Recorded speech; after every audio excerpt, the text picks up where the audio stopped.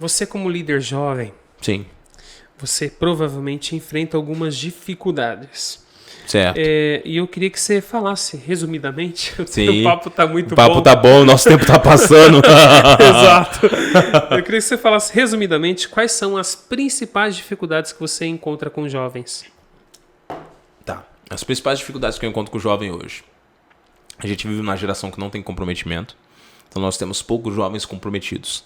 Muitos reclamando que a igreja não dá espaço, mas a realidade é que nós temos pouquíssimos que são comprometidos. Os que eu tenho que são comprometidos normalmente ganham mais espaço na igreja. Então a igreja não vai dar espaço para aqueles que não se comprometem. Isso é uma realidade. Então a primeira coisa que a gente precisa entender como jovem, nós precisamos nos comprometer. Precisamos ser aquela geração de 1 João, que João fala assim, jovens, eu vos escrevo porque vocês são fortes. Nós somos a geração que precisa se comprometer. Segunda dificuldade, além de comprometimento, eu preciso de jovens que levem a sério a mensagem. Eu não. Deus precisa de jovens que levem a sério a mensagem. Então a segunda dificuldade que a gente encontra com os jovens é que a gente tem jovens hoje que não levam mais a sério a mensagem, não levam mais a sério o evangelho. Então eu sou cristão, alguns chegam a ser militantes do cristianismo. O que é ser um militante do cristianismo? Eu defendo, eu digo que é bom, eu tô lá, mas eu não sou cristão.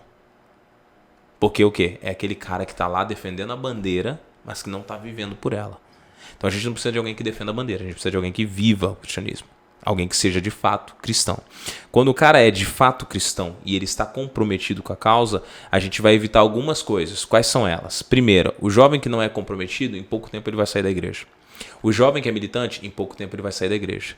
E aí a gente tem uma dificuldade grande. Qual é? Se o jovem está comprometido e ele está engajado vivendo o cristianismo, ele não vai sair da igreja. Porque ele não está na igreja por causa dos irmãos, ele não está na igreja por causa da religião, ele não está na igreja por causa do cargo dele ser diretor jovem. Ele está na igreja porque ele vive o cristianismo. Isso leva ele a ter atitudes e ações que vão levar ele para mais perto de Deus e como consequência disso ele vai trabalhar para trazer mais jovens e vai diminuir as dificuldades que os jovens têm dentro da igreja.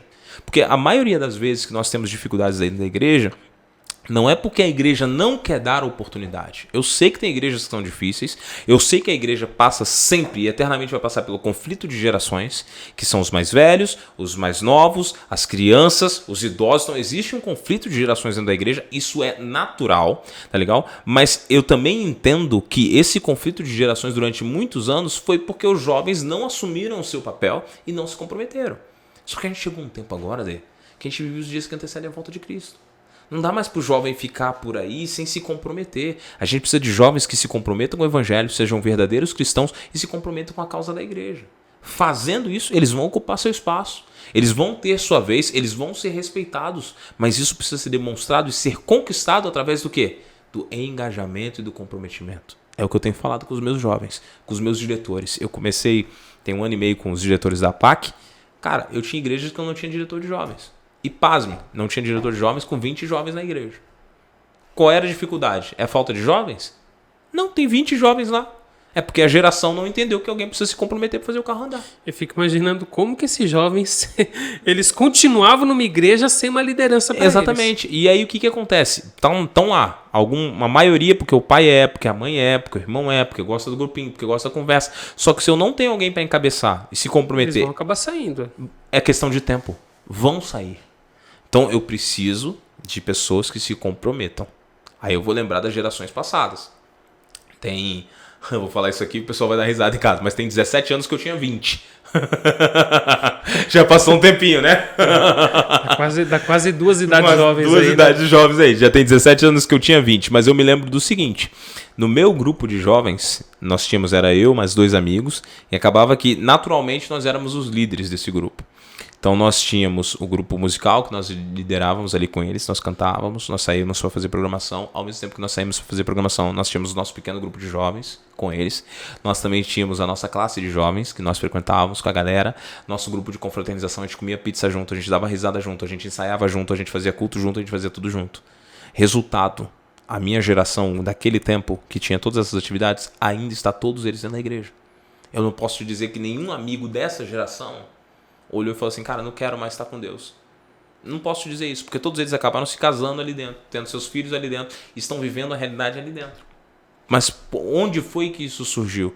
Quando a gente, dentro do nosso grupo, a gente percebeu uma coisa, alguém precisa se comprometer.